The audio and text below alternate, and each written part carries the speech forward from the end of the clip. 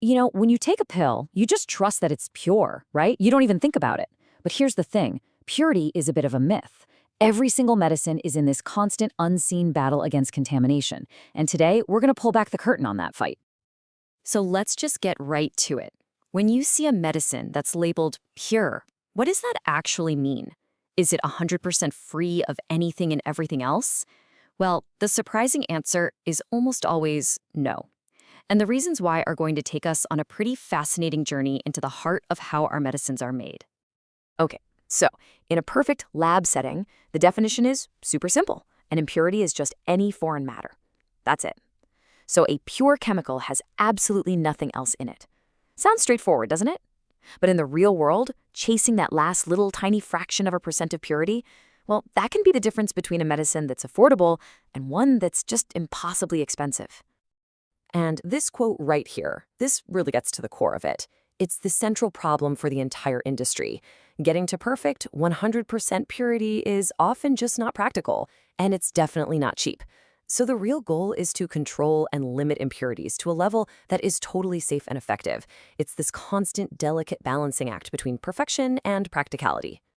So to really understand this whole struggle, we're going to follow a medicine's entire life story. First, we'll look at how trouble starts right at the source. Then, we're going to dive into the manufacturing maze and uncover all the hidden hazards on the factory floor.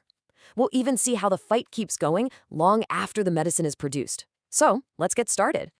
All right, Section 1, Trouble at the Source. The problem actually begins long before anyone even steps foot in a factory.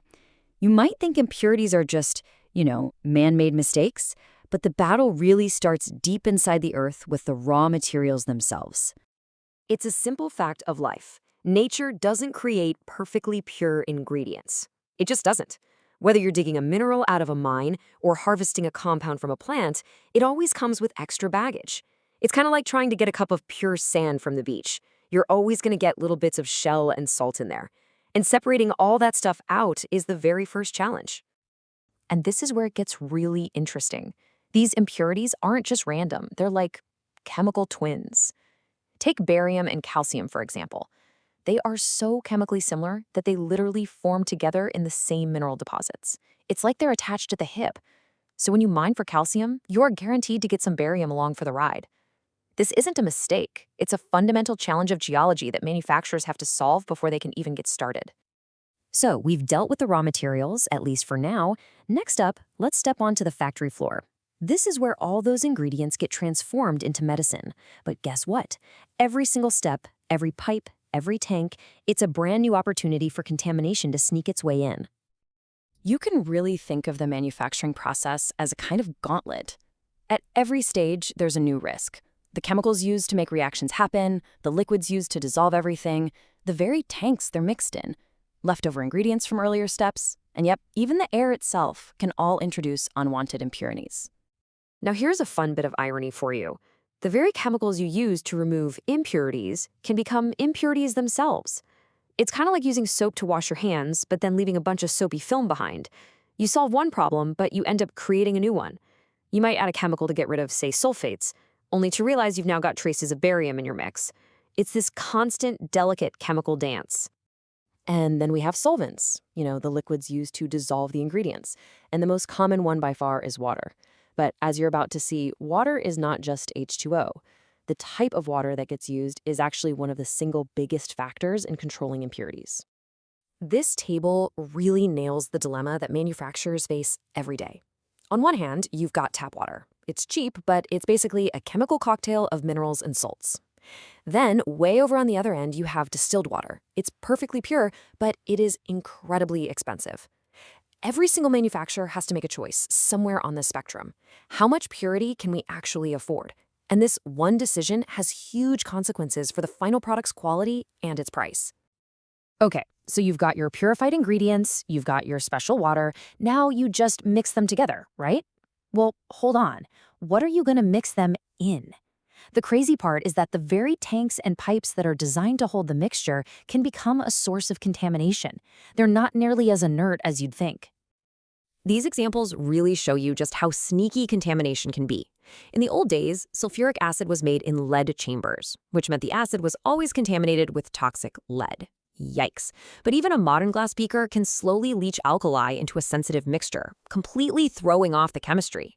And if a reaction doesn't go to completion perfectly, you're left with these unwanted chemical leftovers. We call them intermediates, just floating around in your final product. Each one is a tiny little risk that has to be controlled.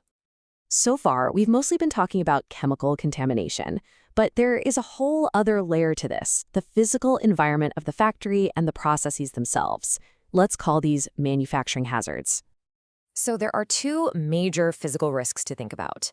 Particulates are pretty much what they sound like, tiny bits of metal or glass from machinery that flake off into the mix.